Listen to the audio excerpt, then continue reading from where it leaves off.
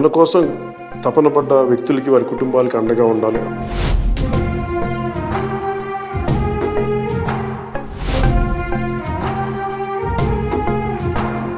క్షేత్రస్థాయిలో ముఖ్యంగా పోరాట యాత్ర చేస్తున్నప్పుడు చాలామంది ప్రమాదాలకు గురవడం, తర్వాత వ్యక్తిగతంగా మనకున్న నాయకులు, ఆ రోజు నా పక్కన ఉన్న వాళ్ళు సహాయాలు అందించడం, ఇవన్నీ చూసి క్రియాశీలక సభ్యత్వం తీసుకునే సమయంలో వారికి ఏదైనా బీమా పథకం అమలు చేయొచ్చు, దాని మీద సాధ్యాసాధ్యాలు చూడండి అంటే దాదాపు 1,00,000 మంది పైచిలకు అందరికీ కూడా బీమా పథకాన్ని వర్తింపజేశారు.